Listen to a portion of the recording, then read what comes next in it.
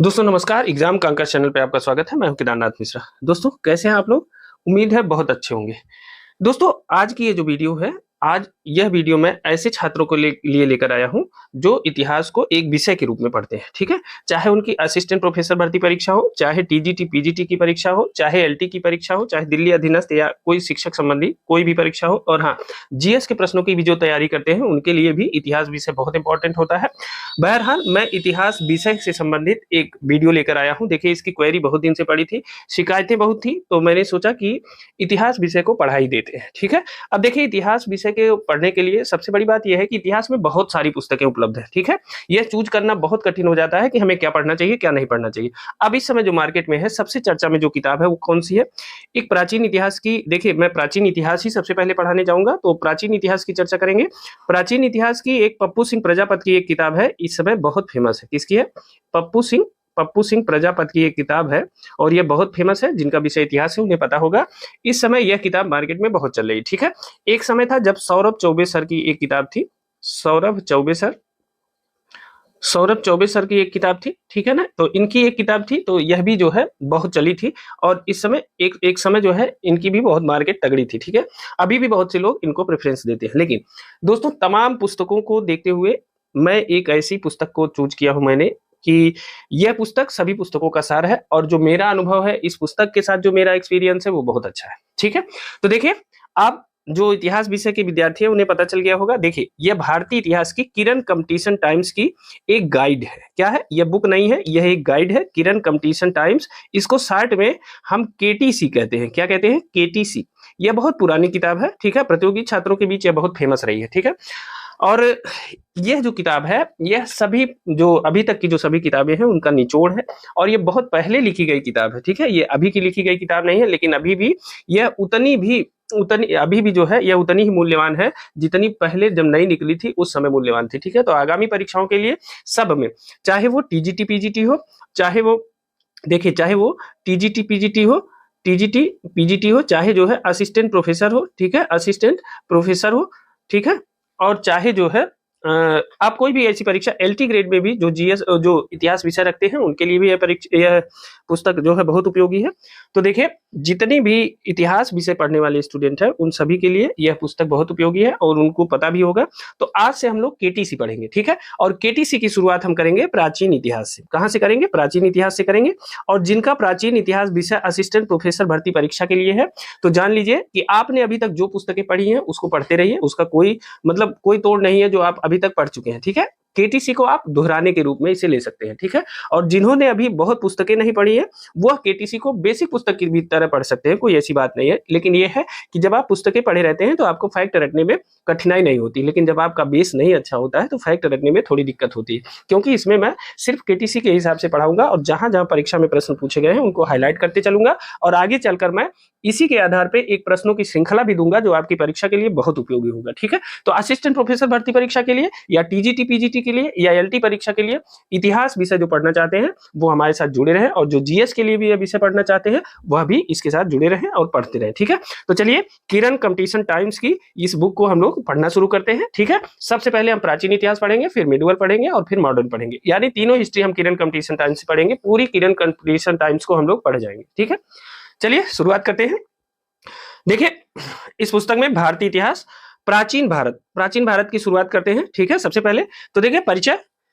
प्राचीन भारत, देखिए, इतिहास का परिचय दिया है कि अतीत काल की घटनाओं की स्थिति की जानकारी देने वाले इतिहास को ही हम इतिहास कहते हैं। ठीक है, अतीत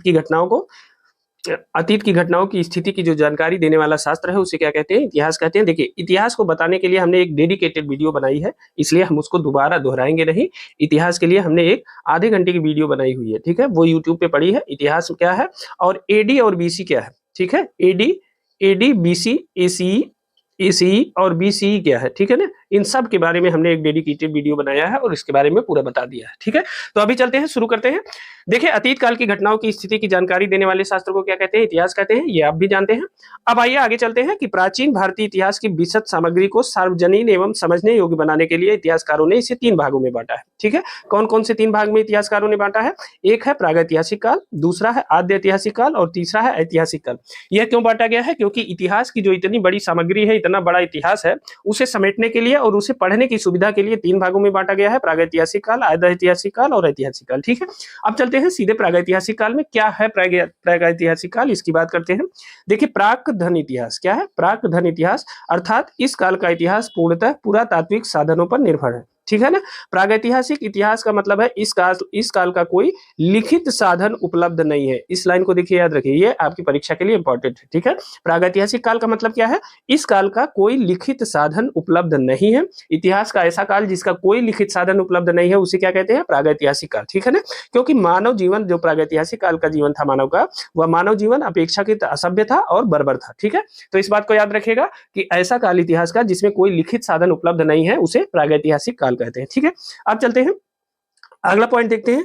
मानव सभ्यता के इस प्रारंभिक काल को सुविधा अनुसार 3 भागों में बांटा जाता है। ठीक है, अब प्रागैतिहासिक काल को भी 3 हिस्सों में बांट लेते हैं अपनी सुविधा अनुसार। कौन कौन से? एक है पुरापाषाण काल, दूसरा है मध्यपाषाण काल और तीसरा है नवपाषाण काल। ठीक है ना, इतिहास का जो पूरा विभाजन है, जो इतिहास के विद्यार्थी हैं, देखिए एग्जाम कांकर्स चैनल को सर्च करिए और उसमें हमने इतिहास के पूरे काल का विभाजन किया है और उसको डिटेल से बताया है। ठीक है, आप उस पर जाएंगे तो उसमें डिटेल से हमने बता दिया है, वहां से आप इसे पढ़ सकते हैं। ठीक है, तो वहां से पढ़ लीजिएगा पूरा विभाजन। ठीक है, अभी क्या है, अभी हम केटीसी के हिसाब से तेजी से पढ़ते हुए निकलेंगे, क्योंकि हम दोहरा रहे हैं। ठीक है, हम ये नहीं मानते कि हम पहली बार पढ़ रहे हैं, हम दोहरा रहे हैं और आगामी 15 दिनों में हमें पूरी केटीसी पढ़ जानी है। ठीक है, इसलिए हम तेजी से पढ़ते हुए चलेंगे। आप भी इतिहास को तेजी से पढ़ते हुए ग्रहण करते हुए चलिए। ठीक है, चलिए, मानव सभ्यता के प्रारंभिक काल को, मतलब प्रागैतिहासिक काल को, इसको 3 भागों में बांटते हैं। 3 भाग कौन कौन से हैं? एक है पुरापाषाण काल, दूसरा मध्यपाषाण काल और तीसरा है नवपाषाण काल, या इसे उत्तर पाषाण काल भी कहते हैं। तो ये किसको बांटे हम? प्रागैतिहासिक काल को भी 3 हिस्सों में बांटे। ठीक है ना, पुरापाषाण काल, मध्यपाषाण काल और नवपाषाण काल या उत्तर पाषाण काल। ठीक है ना, अब आ जाते हैं पुरापाषाण काल। पुरापाषाण काल में जो विशिष्ट उपकरण है उनकी चर्चा की गई है।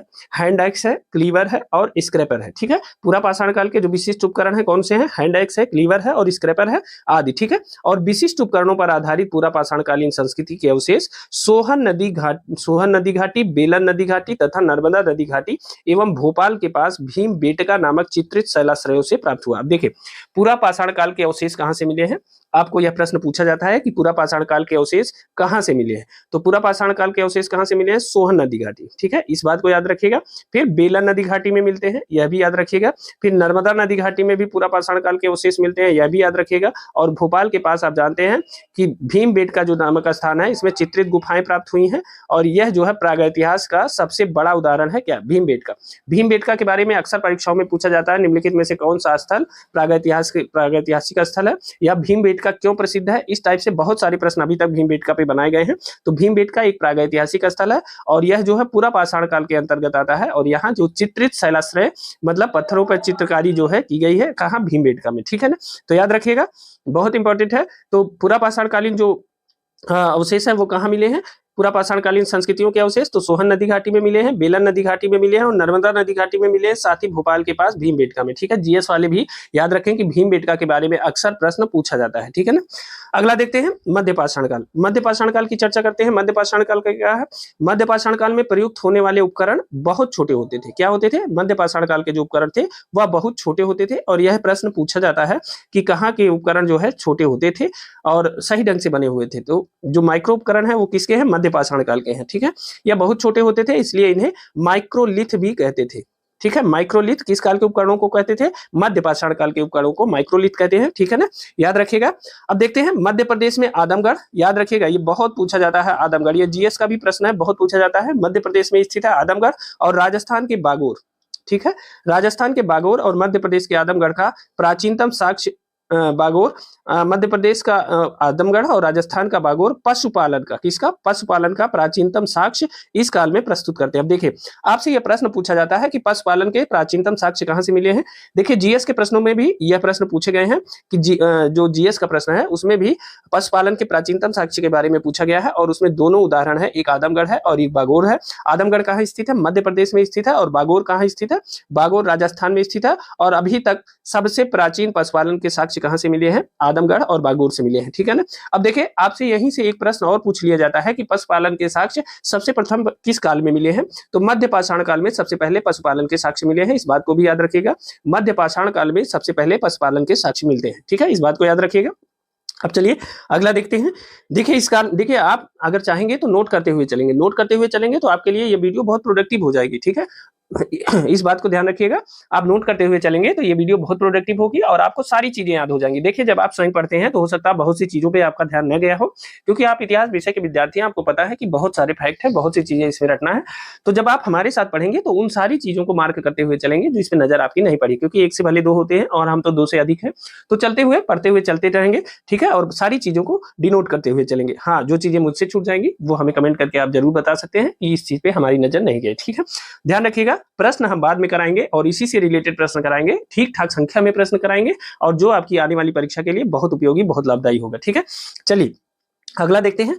देखिए, इस काल में मानव, किस काल में, मध्यपाषाण काल में मानव के अस्थिपंजर यानी शारीरिक प्रारूपों का जो सबसे पहला अवशेष मिला है वह प्रतापगढ़, ध्यान रखिएगा, यही प्रतापगढ़ उत्तर प्रदेश में स्थित जो प्रतापगढ़ है उसकी बात कर रहे हैं, ठीक है। प्रतापगढ़ उत्तर प्रदेश के सरायनाहर तथा महदहा नामक स्थान से प्राप्त हुआ। अब देखिए, यहां से प्रश्न क्या पूछता है कि मध्यपाषाण कालीन शारीरिक अस्थियों या मध्यपाषाणकालीन मानव के अस्थियों के जो प्रारूप हैं वो कहां से मिले हैं, अवशेष कहां से मिले हैं, तो वह प्रतापगढ़ से मिले हैं। प्रतापगढ़ के सरायनाहर राय और महदहा, सरायनाहर और महदहा से मध्यपाषाणकालीन मनुष्यों के अस्थिपंजर मिले हैं, ठीक है। इस बात को याद रखिएगा कि मध्यपाषाणकालीन मानव के अस्थिपंजर कहां से मिले हैं, तो सरायनाहर राय महदहा से, सरायनाहर राय तथा महदहा ये दोनों। देखिए, एक प्रश्न और इसमें पूछता है कि सरायनाहर राय और महदहा यह दोनों किस काल से संबंधित है, तो यहां आपको पता चल गया यह किससे संबंधित है, मध्यपाषाण काल से, ठीक है ना, मध्यपाषाण काल से संबंधित है। यह भी आपको एक प्रश्न का जवाब मिल गया और यहां से क्या मिलता है, यहां मध्यपाषाणकालीन मानव के अस्थिपंजर मिलते हैं सरायनाहर और महदहा से। यह स्थान कहां स्थित है, यह प्रतापगढ़ जिले में, उत्तर प्रदेश के प्रतापगढ़ जिले में स्थित है, ठीक है। तो देखिए, ये जो मध्यपाषाण काल का ये पॉइंट था, इसमें कितने प्रश्न आपको एक साथ मिल गए। देखिए, सबसे प्राचीन पशुपालन का जो साक्ष्य है वो मध्यपाषाण काल में आता है। उसके जो स्थान है वो कौन कौन से हैं, एक आदमगढ़ है मध्य प्रदेश में, दूसरा बागोर है राजस्थान में, ठीक है। अब आ जाते हैं कि मध्यपाषाणकालीन मानव के अस्थिपंजर कहां से मिले हैं, ठीक है। तो वह कहां से मिले हैं, प्रतापगढ़ में मिले हैं। प्रतापगढ़ के दो स्थान है, एक सरायनाहर और दूसरा है महदहा, ठीक है, यहां से मिले हैं। दूसरी सबसे बड़ी बात कि सरायनाहर तथा महदहा इनका संबंध किस काल से है, तो यह है मध्यपाषाण काल से इनका संबंध है, ठीक है। ऐसे प्रश्न पूछे जाते हैं, आप इतने डायमेंशन में पढ़ेंगे एक भी प्रश्न गलत नहीं होने पाएगा, इसकी गारंटी है, ठीक है ना। बस आप साथ साथ पढ़ते चलिए। अब आ जाते हैं नवपाषाण काल। किसमें आते हैं, नवपाषाण काल के बारे में देख लेते हैं। नवपाषाण काल युग के प्रथम प्रस्तर उपकरण, ठीक है। प्रस्तर का मतलब क्या होता है, पत्थर होता है, ठीक है, पत्थर। यह प्रस्तर का पर्यायवाची है, पत्थर का पर्यायवाची प्रस्तर है या प्रस्तर का पत्थर मान लीजिए। नवपाषाण युग के प्रथम प्रस्तर उपकरण उत्तर प्रदेश के टोंस नदी घाटी में सर्वप्रथम 1860 में लेमेन सूरियन ने प्राप्त किया था। अब देखिए, यहां आइए, अब 1860 यह प्रश्न कितनी बार परीक्षाओं में पूछा गया है, खासकर टीजीटी पीजीटी में पूछा गया है और असिस्टेंट प्रोफेसर, इन तीनों परीक्षाओं में तो कई बार हमारे सामने आया है, कभी कभी जीएस में भी आया है। तो देखिए, 1860 में लेमेन सूरियन ने क्या किया था, नवपाषाण युग के प्रथम प्रस्तर उपकरण को प्राप्त किया था, उसकी खोज की थी, और कहा, उत्तर प्रदेश की टोंस नदी घाटी में, ठीक है ना, उत्तर प्रदेश की टोंस नदी घाटी में नवपाषाण युग के प्रथम प्रस्तर उपकरण सर्वप्रथम 1860 में लेमेन सूरियन ने प्राप्त किया था। अब देखिए, इसे प्रश्न कैसे पूछा जाता है, पहले इसको देखते हैं। देखिए, पहले प्रश्न पूछा जाता है कि नवपाषाण युग के उपकरण किस नदी घाटी में प्राप्त हुए हैं, तो देखिए, उत्तर प्रदेश के टोंस नदी घाटी में प्राप्त हुए। नवपाषाण युग के प्रथम प्रस्तर उपकरण या सबसे प्राचीन जो पत्थर के उपकरण हैं वो कहां मिले हैं, वो टोंस नदी घाटी में मिले हैं, इस बात को याद रखिएगा। दूसरा प्रश्न पूछा जाता है कि सर्वप्रथम किसने नवपाषाण युग के प्रस्तर उपकरणों की खोज की, तो सर्वप्रथम 1860 में लेमेन सूरियन महोदय ने नवपाषाण युगीन उपकरणों की जो है प्राप्ति की, उपकरणों की शुरुआत की, ठीक है ना। अब देखिए, प्राप्ति की, सॉरी, शुरुआत नहीं की। नवपाषाण युग के प्रथम प्रस्तर उपकरण की खोज किसने की थी, तो 1860 में लेमेन सूरियन महोदय ने किया था, बहुत इंपॉर्टेंट है, ठीक है ना, कई बार यह परीक्षाओं में पूछा गया है। तो याद रखिएगा, नवपाषाणकालीन उपकरण कहां मिले हैं, उत्तर प्रदेश के टोंस नदी घाटी में, जहां से सबसे पहले 1860 में लेमेन सूरियन ने नवपाषाणकालीन उपकरणों को प्राप्त किया, ठीक है। अब आ जाते हैं, नवपाषाण युगीन प्राचीनतम बस्ती पाकिस्तान में स्थित बलूचिस्तान प्रांत में मेहरगढ़ में है। देखिए, नवपाषाण काल की सबसे प्राचीनतम बस्ती कहां स्थित है, मेहरगढ़ में स्थित है। मेहरगढ़ कहां स्थित है, पाकिस्तान में बलूचिस्तान प्रांत में, पाकिस्तान के बलूचिस्तान प्रांत में स्थित है मेहरगढ़, ठीक है। मेहरगढ़ क्या है, यह एक नवपाषाण युगीन बस्ती है, ठीक है ना, और यहाँ पाकिस्तान में स्थित बलूचिस्तान प्रांत में, यह मेहरगढ़ में स्थित है। और मेहरगढ़ में क्या होता है, कृषि के प्राचीनतम साक्ष्य मिले हैं। क्या मिले हैं, मेहरगढ़ में कृषि के प्राचीनतम साक्ष्य मिले हैं। जो जीएस की तैयारी करते हैं उनके सामने भी यह प्रश्न कई बार आया होगा, ठीक है। अब देखिए, दो चीजें, एक तो कृषि के प्राचीनतम साक्ष्य कहां से मिले हैं, तो मेहरगढ़ से मिले। इस प्रश्न को याद रखें क्योंकि यह प्रश्न कई बार पूछा गया है, जीएस में भी पूछा गया है। कृषि के प्राचीनतम साक्ष्य कहां से मिले हैं, मेहरगढ़ से मिले हैं। दूसरा आपको बताना है कि देखिए, नवपाषाण युग की सबसे प्राचीनतम बस्ती कौन सी है, देखिए, जहां से कृषि के प्राचीनतम साक्ष्य मिले हैं, मतलब वह सबसे प्राचीन स्थान तो होगा ही, क्योंकि प्राचीनतम का मतलब ये है कि सबसे पीछे, सबसे नीचे, पहला जहां से शुरुआत हो सकती है वही तो प्राचीनतम है। तो अगर प्राचीनतम की बात कर रहा है और कृषि के प्राचीनतम साक्ष्य वहां से मिले हैं, मेहरगढ़ से मिले हैं, तो आप मान के चलिए कि जो मेहरगढ़ है वही नवपाषाण काल का सबसे प्राचीनतम नगर है। ठीक है, तो अगर आपसे यह प्रश्न पूछा जाए कि नवपाषाण युगीन जो प्राचीनतम बस्ती थी वह कौन सी है, तो आप मार देंगे चुपचाप आंख बंद करके मेहरगढ़। ठीक है, मेहरगढ़ नवपाषाण युग की प्राचीनतम बस्ती है और यह कहाँ स्थित है, यह बलूचिस्तान प्रांत में मेहरगढ़ में स्थित है। ठीक है, इस बात को याद रखिएगा। नेक्स्ट देखते हैं, देखिए नवपाषाण कालीन स्थलों के बारे में जान लेते हैं। ये बहुत चर्चित स्थल है, ये अक्सर पूछे जाते हैं। ठीक है, ये दो स्थल कौन से हैं, एक है बुर्जहोम और दूसरा है गुफर करार। बुर्जहोम और गुफ कराल हर परीक्षा में पूछे गए हैं, जीएस में भी इनके बारे में पूछा गया है। अभी जब मैं प्रश्न बताऊंगा तो आपको समझ में आएगा कि कैसे यह प्रश्न पूछा गया है। तो देखिए, एक बुर्जहोम है और दूसरा है गुफ कराल। ये दोनों कहाँ स्थित है, ये दोनों कश्मीर प्रांत में स्थित है। इस बात को भी याद रखिएगा, बुर्जहोम और गुफ कराल कहाँ स्थित है, कश्मीर प्रांत में स्थित है। ठीक है, यहां से क्या हुआ है, गर्तावास, गर्तावास यानी गड्ढा घर, अनेक प्रकार के मिधभांड एवं प्रस्तर तथा हड्डी के अनेक औजार प्राप्त किए हैं। गर्तावास का मतलब क्या है, गड्ढे में घर बना के रहना। ठीक है, तो पूछा जाता है कि गर्तावास के प्रमाण सबसे पहले कहाँ रहे मिले हैं, तो देखिए बुर्जहोम और गुफ कराल में गर्तावास के सबसे प्राचीनतम प्रमाण मिले हैं। ठीक है, और बुर्जहोम और गुफ कराल क्या है, यह एक नवपाषाण कालीन स्थल है। इस बात को पढ़ते चलिएगा, बुर्जहोम और गुफ कराल क्या है, यह एक नवपाषाण कालीन स्थल है। ठीक है, और यहाँ से यह कश्मीर प्रांत में स्थित है और यहाँ से अनेक गर्तावास यानी गड्ढा घर, गड्ढा बना के लोग रहा करते थे, अनेक गर्तावास मिले हैं। ठीक है, और अनेक प्रकार के मृदभांड एवं जो है पत्थर तथा हड्डी के अनेक औजार प्राप्त हुए हैं। ठीक है, अब एक चीज यहाँ ध्यान रखिएगा कि गर्तावास के जो स्थल हैं उनकी संख्या बहुत ज्यादा नहीं है, बहुत कम है। खासकर सबसे चर्चित स्थल जो है वह है बुर्जहोम और गुफ कराल, इसलिए इनके संबंध में अक्सर प्रश्न पूछे जाते हैं। तो आपको इसके लिए अलर्ट रहना है कि जो नवपाषाण कालीन स्थल है वह है बुर्जहोम और गुफ कराल, यहाँ से गर्तावास के प्रमाण मिले हैं। यही प्रश्न पूछा ही जाता है कि निम्नलिखित में से किन स्थानों से गर्तावास के प्रमाण मिले हैं, तो वह कहाँ से मिले हैं, गर्तावास के प्रमाण मिले हैं यह कश्मीर प्रांत के बुर्जहोम और गुफ कराल से मिले हैं। ठीक है, साथ ही यहाँ पे मृदभांड, पत्थर के उपकरण और हड्डी के अनेक औजार भी प्राप्त हुए। ठीक है, इसे याद रखिएगा। अगला देखते हैं, बुर्जहोम में प्राप्त कब्रों में पालतू कुत्तों को मालिक के साथ दफनाया जाता था। अब आपको याद हो गया होगा, यह प्रश्न 1000 बार आपके सामने से गुजरा है कि कौन सा ऐसा स्थान है जहां मालिक के साथ पालतू कुत्ते को दफनाया जाता था। तो कौन सा स्थान है, बुर्जहोम। बुर्जहोम एक ऐसा स्थान है जहां मालिक के साथ पालतू कुत्ते को दफनाया जाता था। यह प्रथा जो है भारत के किसी भी अन्य नवपाषाणकालीन, बुर्जहोम क्या है, नवपाषाणकालीन स्थल है, इस बात को याद रखिएगा। तो यह प्रथा भारत के किसी भी अन्य नवपाषाणकालीन स्थल से नहीं प्राप्त होती। मतलब मालिक के साथ कुत्ते को दफनाने का जो प्रथा है ये कहाँ मिलती है, यह बुर्जहोम में मिलती है, अन्य कई स्थलों से नहीं मिलती है, ऐसा केटीसी का कहना है। लेकिन बाद में बहुत से स्थल खोजे गए हैं। हालांकि जो सबसे चर्चित स्थल है, हमारा आयोग सिर्फ वही पूछता है कि बुर्जहोम से कब्रों में पालतू कुत्तों के मालिक के साथ दफनाया जाता था। यानी मालिक के साथ कुत्तों को दफनाने की जो प्रथा है वो कहाँ से मिलती है, बुर्जहोम से मिलती है। और बुर्जहोम क्या है, यह एक नवपाषाणकालीन स्थल है और यह कहाँ स्थित है, यह कश्मीर में स्थित है। ठीक है ना, अब चलिए अगला देखते हैं, चिरांद। चिरांद क्या है, चिरांद बिहार प्रांत में स्थित है। ठीक है ना, देखिए इनको कभी कभी क्या होता है कि सिर्फ यही जैसे इसमें दिया है चिरांद, चिरांद क्यों प्रसिद्ध है इसके बारे में पूछ लेता है। चिरांद जो है यह एक नवपाषाणकालीन पुरा स्थल है, इस बात को याद करते चलिएगा क्योंकि यही पूछता है कि किस काल से संबंधित है। तो चिरांद क्या है, चिरांद बिहार प्रांत में स्थित है और यह एक नवपाषाणकालीन पुरा स्थल है। ठीक है ना, यह एकमात्र ऐसा पुरा स्थल है जहां से प्रचुर मात्रा में हड्डी के उपकरण मिले हैं। ठीक है, प्रचुर मात्रा में हड्डी के उपकरण कहां से पाए गए हैं, चिरांद से पाए गए हैं। बहुत इंपॉर्टेंट है, चिरांद से प्रचुर मात्रा में हड्डी के उपकरण पाए गए हैं। और यह प्रश्न डायरेक्ट पूछा जाता है कि सर्वाधिक मात्रा में हड्डी के उपकरण कहां पाए गए हैं, तो वह पाए गए हैं चिरांद। चिरांद कहां स्थित है, बिहार प्रांत में स्थित है और यह एक नवपाषाणकालीन स्थल है, इसे याद रखिएगा। यहां से प्रचुर मात्रा में हड्डी के उपकरण पाए गए हैं। ठीक है ना, अब जो ये हड्डी के उपकरण पाए गए हैं उसमें मतलब किस जानवर की हड्डी के सबसे ज्यादा उपकरण है, इसकी बात करते हैं। तो सबसे ज्यादा यहाँ हड्डी के जो उपकरण है वो हिरण के सींगों के हैं। ठीक है, हिरण की सींगों के हैं। अब यह जो पॉइंट है यह केवल जो जिनका विषय इतिहास है उनके लिए आवश्यक है। यह पॉइंट जीएस के प्रश्न के लिहाज से अच्छा नहीं है कि कौन सी हड्डी के, किसकी हड्डी के, किस जानवर की हड्डी के सबसे ज्यादा उपकरण है। लेकिन अब चूंकि आप विषय के साथ पढ़ रहे हैं तो विषय के लिए बहुत आवश्यक है। तो चिरांद में सर्वाधिक मात्रा में, प्रचुर मात्रा में हड्डी के उपकरण पाए गए हैं और उसमें भी सर्वाधिक हड्डियां किसकी है, हिरण के सींगों की है। ठीक है ना, तो इसे याद रखिएगा।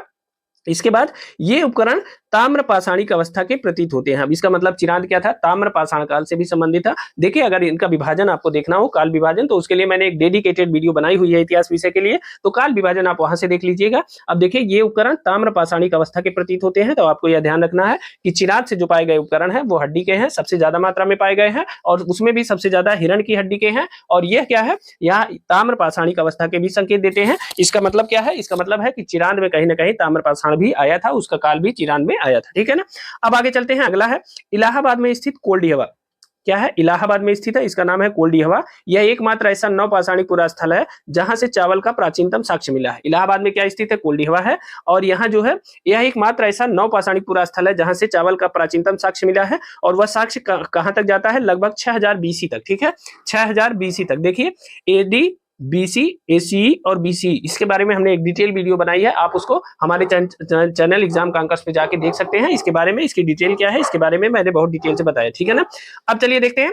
देखिए सबसे बड़ी बात क्या है, कोल्डी हवा एक ऐसा नवपाषाणिक पुरास्थल है जहां से चावल का प्राचीनतम साक्ष्य मिलता है, लगभग 6000 ईसा पूर्व, ठीक है ना। ये कहां स्थित है कोल्डी हवा, कोल्डी हवा इलाहाबाद में स्थित है, इस बात को भी याद रखिएगा, ठीक है। कोल्डी हवा कहां स्थित है, कोल्डी हवा जो है इलाहाबाद में स्थित है, और यहां से चावल के प्राचीनतम साक्ष्य उपस्थित हुए हैं, ठीक है।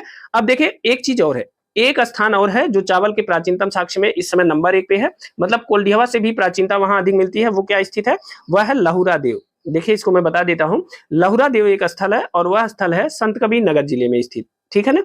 कौन सा स्थल है, लहुरा देव, लहुरा देव, लहुरा देव ये कहाँ स्थित है, यह स्थित है संत कबीर नगर जिले में स्थित है, उत्तर प्रदेश में, संत कबीर नगर जिले में, संत कबीर नगर जिले में, ठीक है। लहुरा देव कहाँ स्थित है, संत कबीर नगर जिले में स्थित है। ये कहाँ है, संत कबीर नगर जिला उत्तर प्रदेश में स्थित है, ठीक है ना। अगर आपको जीएस में बखीरा झील पूछे कहाँ स्थित है, मिलान करने को आता है, अक्सर गलत करते हैं लोग। बखीरा झील संत कबीर नगर जिले में स्थित है, जीएस में कई बार यह प्रश्न पूछा गया है, ठीक है ना। तो अब देखिए लहुरा देव कहाँ है, संत कबीर नगर जिले उत्तर प्रदेश में है। लहुरा देव में अब कोल्डी हवा से अधिक जो है प्राचीनता, चावल की प्राचीनता प्राप्त हुई है, और जो है इलाहाबाद में कोल्डी हवा जो है ये 6000 बीसी तक जाता है, जबकि लहुरा देव में जो प्राचीनता है वो 9 से 10,000 बीसी तक ये चावल की प्राचीनता का साक्ष्य जाता है, ठीक है। चावल का साक्ष्य, प्राचीनतम साक्ष्य 9 से 10,000 बीसी तक जाता है। तो इस बात को याद रखिएगा, कोल्डी हवा एकमात्र ऐसा नवपाषाणिक पुरास्थल अब नहीं रह गया है, लेकिन अभी आप याद रखिए कि कोल्डी हवा में 6000 बीसी तक चावल के पुराने साक्ष्य मिले हैं, और उसके बाद लहुरा देव है जो कोल्डी हवा से भी प्राचीनतम है, ठीक है ना। तो कभी कभी क्या होता है कि केवल कोल्डी हवा ही ऑप्शन में रहता है, लहुरा देव नहीं रहता है। जब लहुरा देव ऑप्शन में रहेगा तो आप लहुरा देव मारिएगा, ठीक है ना। और अगर लहुरा देव ऑप्शन में नहीं, केवल कोल्डी हवा है, तो आप कोल्डी हवा को मार के आगे बढ़िएगा, ठीक है। अब चलिए आगे देखते हैं। देखिए नवपाषाण युग के निवासी सबसे पुराने कृषक समुदाय के थे, ठीक है। तो नवपाषाण के लोग क्या करते थे, खेती करते थे, तभी तो चावल की प्राचीनता का साक्ष्य हम देख रहे हैं। तो सबसे पुराने कृषक समुदाय के थे, वे मिट्टी और सरकंडे से बने गोलाकार या आयताकार घरों में रहते थे। तो उनके घर किससे बनते थे, मिट्टी और सरकंडे से उनके घर बनते थे, गोलाकार होते थे या आयताकार होते थे, ठीक है ना। अब आ जाते हैं, मेहरगढ़ में बसने वाले नवपाषाण युग के लोग अधिक उन्नत थे। मेहरगढ़ में जो बसे नवपाषाण कालीन लोग वो अधिक उन्नत थे, तभी तो भाई चावल की खेती करते थे। वे देखिए गेहूं, जौ और रुई, मतलब गेहूं की भी उपज मिल गई है मेहरगढ़ से, जौ भी मिल गई है, और रुई भी उपजाते थे, ठीक है ना। रुई यानी कॉटन भी इसे कह सकते हैं, रुई भी उपजाते थे, इसे याद रखिएगा, ठीक है ना। तो मेहरगढ़ के लोग क्या क्या उपजाते थे, अधिक उन्नत थे, वो गेहूं की भी खेती करते थे, जौ की भी करते थे, और रुई की भी करते थे, और कच्ची ईंटों के घरों में रहते थे, ठीक है ना। अब देखिए नवपाषाण युग के लोग मिट्टी और सरकंडे के घरों में रहते थे, लेकिन मेहरगढ़ के लोग क्या करते थे, या कच्ची ईंटों के घर में रहते थे, इसीलिए तो ये सर्वाधिक उन्नत थे, ठीक है ना। तो इसे याद रखिएगा मेहरगढ़ को। मेहरगढ़ कहाँ है, वर्तमान में पाकिस्तान प्रांत के बलूचिस्तान में स्थित है मेहरगढ़, ठीक है ना। तो इसे याद रखिएगा। मेहरगढ़ में जो बसने वाले नवपाषाण युग के लोग हैं वो अधिक उन्नत थे, वह गेहूं, जौ और रुई की खेती करते थे, साथ ही कच्ची ईंटों के घर में, जहां सब लोग मिट्टी और सरकंडे में रहते थे, वहां मेहरगढ़ के लोग कच्ची ईंटों के घर में रहते थे, ठीक है ना। अब आ जाते हैं, देखिए दक्षिण भारत में नवपाषाण कालीन सभ्यता का मुख्य स्थान क्या था, बिलोरी। इस प्रश्न को आप मार्क कर लीजिएगा। अगर आपसे पूछे कि दक्षिण भारत में नवपाषाण कालीन सभ्यता का जो मुख्य स्थान है वह कौन सा था, तो वह है बेलोरी कर्नाटक, ठीक है ना। दक्षिण भारत में स्थित बेलोरी कर्नाटक नवपाषाण कालीन सभ्यता का मुख्य स्थल था। अगर आपका ध्यान अब तक नहीं गया होगा तो इसे याद कर लीजिएगा। अगर एक ही प्रश्न यही पूछ दिया जाए कि दक्षिण भारत में नवपाषाण कालीन सभ्यता का जो मुख्य स्थल था वो कौन था, तो वह था बेलोरी कर्नाटक, ठीक है ना। अब देखिए एक चीज और है, कुंभकारी यानी कुम्हार का जो काम है, जो कुल्हड़ बनाता है, मटके बनाता है, कुंभकारी सर्वप्रथम इसी काल में दृष्टिगोचर होती है। मतलब कौन सा काल है वो, नवपाषाण काल। नवपाषाण काल में सबसे पहले कुंभकारी आई, ठीक है ना। सबसे पहले कुंभकारी का जो साक्ष्य मिलता है वो कब मिलता है, नवपाषाण काल में मिलता है। तो कुंभकारी सर्वप्रथम नवपाषाण काल में दृष्टिगोचर होती है, ठीक है ना। अब अगला देखते हैं, देखिए नवपाषाण स्तर की प्रमुख उपलब्धि क्या थी। नवपाषाण काल की जो प्रमुख उपलब्धि थी उसको देख लेते हैं, वो कौन कौन सी थी। वह थी खाद्य उत्पादन का आविष्कार, दूसरा पशुओं के उपयोग की जानकारी और स्थिर ग्राम्य जीवन का विकास। ये 3 महत्वपूर्ण चीजें थी जो नवपाषाण काल की प्रमुख उपलब्धियां थी। एक, भोजन का उत्पादन यानी खाद्य का उत्पादन होने लगा था, ठीक है, उसका आविष्कार हो गया था। साथ ही कौन सा पशु क्या उपयोग करेगा, गाय दूध देती है, बैल खेत जोतता था, इसकी जानकारी हो गई थी, है, ठीक है।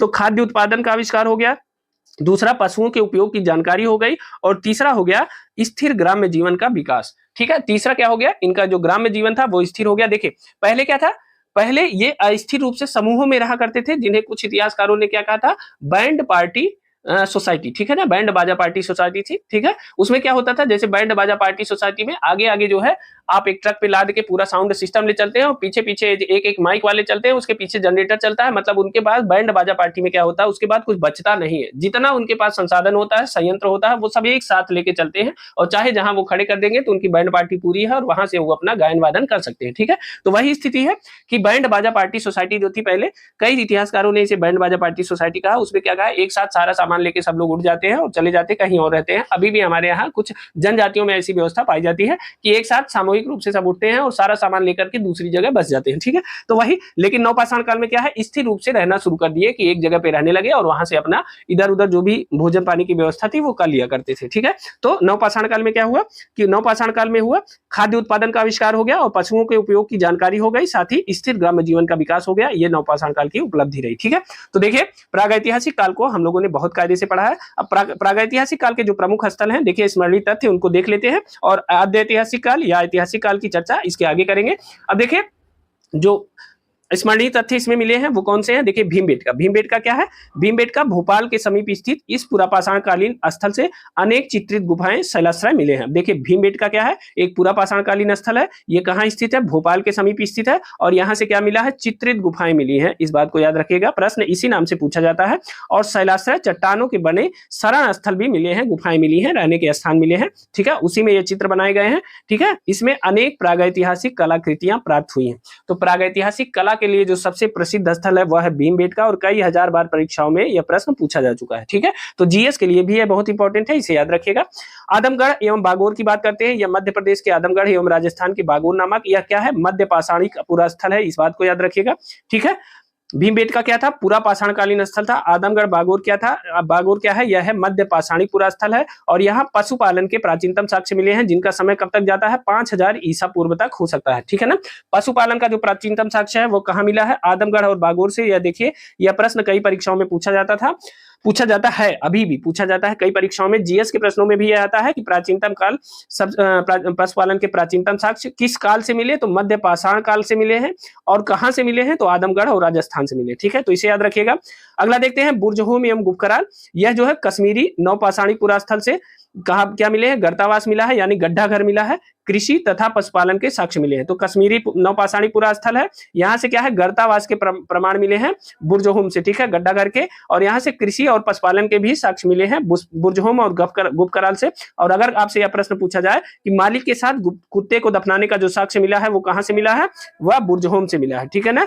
मालिक के साथ कुत्ते को दफनाने का जो साक्ष्य मिला है, मालिक के साथ कुत्ते को दफनाने का जो साक्ष्य मिला है वो कहां से मिला है, वह बुर्जहोम से मिला है। तो इस बात को भी याद रखिएगा। अगला जो महत्वपूर्ण पॉइंट है वह है चिरांद। चिरांद कहाँ स्थित है, यह बिहार प्रांत में स्थित है। यह एकमात्र नवपाषाणी पुरा स्थल है जहां से प्रचुर मात्रा में हड्डी के उपकरण प्राप्त हुए हैं, ठीक है। तो अगर प्रश्न आपसे पूछा जाता है कि प्रचुर मात्रा में हड्डी के उपकरण कहां से मिले हैं, तो चिरांद से मिले हैं। चिरांद कैसा स्थल है, तो एक नवपाषाणी स्थल है, इस बात को तो कतई न भूलिएगा, क्योंकि मिलान करने को एक प्रश्न 100% आता है, ठीक है। तो याद करते चलिएगा, चिरांद क्या है, एक नवपाषाणिक स्थल है, और यहाँ से प्रचुर मात्रा में हड्डी के उपकरण प्राप्त हुए हैं, ठीक है। अगला देख लेते हैं पिकली हेल। पिकली हेल का मतलब क्या है, यह कर्नाटक स्थित है, कर्नाटक में स्थित है, और यह एक नवपाषाणिक स्थल है, इस बात को भी याद रखिएगा। इस पुरा स्थल से शंख के ढेर क्या मिले हैं, शंख के ढेर और निवास स्थान दोनों पाए गए हैं। तो अगर आपसे पूछा जाए शंख, आप देखे होंगे शंख जो बजाई जाती है, शंख के ढेर कहाँ मिले हैं, तो वह पिकली हल से मिले हैं, ठीक है। कोई जरूरी नहीं बहुत बड़ी बड़ी साइज के शंख, छोटी छोटी साइज के शंख होते हैं, ठीक है।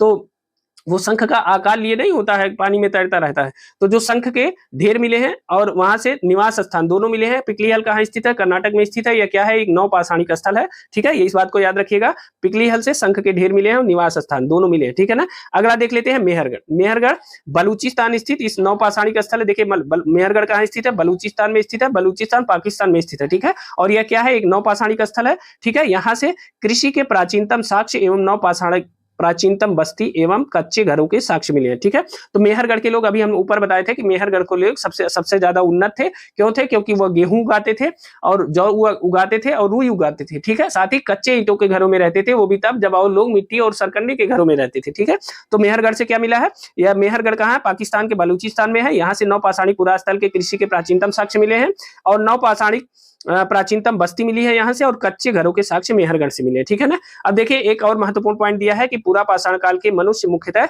नेग्रिटो जाति के थे। किसके जाति थे? नेग्रिटो जाति के थे। और यह प्रश्न पूछा जाता है जो पूरा पाषाणकालीन मानव था वह किस जाति का, किस कैटेगरी का था? तो वह नेग्रिटो प्रजाति का था। ठीक है, इस बात को याद रखिएगा। और अगला पॉइंट है, देखिए पूरा पाषाणकालीन मनुष्य मुख्यतः किस प्रजाति का था? नेग्रिटो का था। यह भी प्रश्न पूछा जाता है। और इसका लास्ट पॉइंट है, मध्य पाषाणकालीन मिली समाधियों में मानव अस्थिपंजर के साथ साथ कुत्ते के भी अस्थिपंजर मिले हैं। मालिक के साथ कुत्ते को दफनाने का जो प्रमाण है वह भी मिला है बुर्जुहोम से। ठीक है, तो इसे भी याद रखिएगा कि मध्यकालीन मध्य पाषाण, देखिए मानव के साथ कुत्ते को दफनाने का जो साक्ष्य मिला है वो किसमें मिला है? मध्य पाषाणकालीन। ठीक है, मध्य पाषाणकालीन जो समाधियां थी उसमें मिला है, इस बात को भी याद रखिएगा अलग से। मध्य पाषाणकालीन जो समाधियां थी उसमें जो है मानव के साथ कुत्ते को दफनाने का प्रमाण मिला है, अस्थिपंजर उसका मिला है, यह भी याद रखिएगा। ठीक है, मध्य पाषाण काल से मिलने लगा है। लेकिन बुर्जहोम और गुफ कराल क्या था? बुर्जहोम और गुफ कराल नवपाषाणकालीन पूरा स्थल है। ठीक है ना। तो मध्य पाषाण काल से समाधियों में मानव अस्थिपंजर के प्रमाण मिलने शुरू हो जाते हैं। मानव अस्थिपंजर के साथ कुत्ते के भी प्रमाण मिलने लगते हैं। लेकिन जो वास्तव में एक स्थान मिला है बुर्जहोम, यहाँ से मालिक के साथ कुत्ते के दफनाए जाने के प्रमाण मिले हैं। और यह क्या है? यह एक नवपाषाणिक पूरा स्थल है, इसलिए कंफ्यूज न होइएगा। देखिए इस बात को मैं फिर से बता देता हूं कि मध्य पाषाणकालीन जो समाधियां मिली हैं उसमें मानव के साथ, मानव अस्थिपंजर के साथ साथ कुत्ते के भी अस्थिपंजर मिले हैं। ठीक है ना। अब इसका जो प्रमाण मिला है वह मिला है बुर्जहोम और गुफ कराल से। यह एक नवपाषाणिक पूरा स्थल है जहां से गर्तावास मिले हैं और यहाँ मालिक के साथ कुत्ते को दफनाने का प्रमाण मिला है। ठीक है ना। तो ये हो गई बातें, ये प्रागैतिहासिक की बातें। अब देखिए केटीसी के इस पेज में आप कितने प्रश्न निकाल सकते हैं? कम से कम 20 से 25 प्रश्न ऐसे हैं जो एक ही पेज से आते हैं, और इसमें से 10 प्रश्न ऐसे हैं जो जीएस के फेवरेट क्वेश्चन है, जहां से जीएस में हर बार प्रश्न पूछे गए। ठीक है, तो ऐसे प्रश्नों को आप नोट कर सकते हैं, आप इसको पढ़ सकते हैं, बार बार दोहरा सकते हैं। इस वीडियो को आप बुकमार्क कर दीजिए, कोई एक निशान लगा दीजिए, आप इसको बार बार देखिए, जब चाहे तब इसे देख सकते हैं। ठीक है ना। आगे देखते हैं। देखिए अब आद्य ऐतिहासिक काल की बात करते हैं। यह काल साहित्यिक एवं पुरातात्विक दोनों प्रकार के साधनों पर निर्भर है। मतलब आद्य ऐतिहासिक काल क्या है? यहाँ साहित्य के भी प्रमाण मिलने लगते हैं और पुरातत्व के भी प्रमाण है। इन्हें आद्य ऐतिहासिक काल कहते हैं। ठीक है, अगर आपसे यह पूछा जाता है कि आद्य ऐतिहासिक काल क्या है, उसकी परिभाषा क्या है, तो जहां साहित्यिक और पुरातात्विक दोनों प्रकार के साक्ष्य मिलने लगते हैं वह आद्य ऐतिहासिक काल है। और हड़प्पा की संस्कृति तथा वैदिक संस्कृति की गणना आद्य इतिहास में की जाती है। किसकी? हड़प्पा की संस्कृति और वैदिक संस्कृति की जो गणना होती है वो किसमें की जाती है? आद्य इतिहास में की जाती है। लेकिन एक समस्या है, आद्य इतिहास काल की जो लिपियां हैं उसको पढ़ने में सफलता नहीं मिली अभी तक। ठीक है ना। आद्य इतिहास काल की जो लिपियां हैं उनको पढ़ने में अभी तक कोई सफलता नहीं मिल पाई है। इस बात का केवल यही एक अंतर है। और देखिए आद्य इतिहास काल जहां साहित्यिक और पुरातात्विक दोनों प्रकार के साक्ष्य मिलते हैं उसे आद्य इतिहास काल कहते हैं। यह परिभाषा है आद्य इतिहास काल की। और हड़प्पा की संस्कृति और वैदिक संस्कृति की गणना किसमें की जाती है? आद्य इतिहास में की जाती है। आद्य इतिहास काल की लिपियों को अभी तक पढ़ने में सफलता नहीं मिल पाई है, इस बात को याद रखिएगा। ठीक है ना। और गैरिक एवं कृष्ण लोहित मृदभांड, जो मृदभांडों के प्रकार हैं, गैरिक मृदभांड और कृष्ण लोहित मृदभांड जी, ठीक है, ये इनकी जो संस्कृति है वह इसी काल से संबंधित है। ठीक है, गैरिक मतलब क्या है? गेरुआ रंग वाली जो मृदभांड है, और कृष्ण लोहित मतलब काले रंग के जो मृदभांड है, उसके जो प्रमाण मिले हैं वो यहीं से मिले हैं, आद्य ऐतिहासिक काल से मिले हैं। ठीक है ना। तो देखिए गैरिक एवं कृष्ण लोहित मृदभांडों का संबंध किससे है? आद्य ऐतिहासिक काल से। और इसके बाद आ जाता है ऐतिहासिक काल, जहां लिखित साधन भी उपलब्ध है, जहां मानव सभ्य बन गया था, जहां पुरातात्विक साधन भी उपलब्ध है, साहित्यिक और विदेशियों के वर्णन उपलब्ध है, और सबको पढ़ा लिखा जा सकता है। ठीक है, तो इसकी चर्चा हम अगली वीडियो में करेंगे। अभी के लिए इतना ही। और हाँ, एक चीज और देखिएगा, क्या यह आपकी स्क्रीन पर विजुअल है? आप इसे देख पा रहे हैं, आप इसे पढ़ पा रहे हैं? अगर आपके पास केटीसी की पुस्तक होगी तो आप उसे लेके उसको मिला के भी पढ़ सकते हैं। अगर नहीं होगी तो आप कमेंट करके बताइए कि क्या आपको यह देखने में कोई परेशानी हो रही है? अगर आपको कोई दिक्कत होगी तो हम इसमें थोड़ा-सा और सुधार करेंगे, और अगर नहीं दिक्कत है बस इसी रास्ते पे पढ़ाते हुए चलेंगे। आप हमारे साथ जुड़े रहिए। जिनका भी इतिहास विषय है, चाहे वो प्राचीन इतिहास हो, चाहे मध्यकालीन इतिहास हो, चाहे आधुनिक इतिहास हो, अभी हम सिर्फ प्राचीन इतिहास पढ़ेंगे चूंकि आगामी परीक्षा है असिस्टेंट प्रोफेसर की, तो उसके लिए हम लोग प्राचीन इतिहास पढ़ेंगे और तेजी से प्राचीन इतिहास को पढ़ते जाएंगे। अभी तो मैंने एक वीडियो ये बनाई है, लेकिन आगे से हम थोड़ी सी और बड़ी वीडियो बनाएंगे और पूरा केटीसी को हम पूरा पढ़ने का प्रयास करेंगे, क्योंकि यह ऐसी मारक किताब है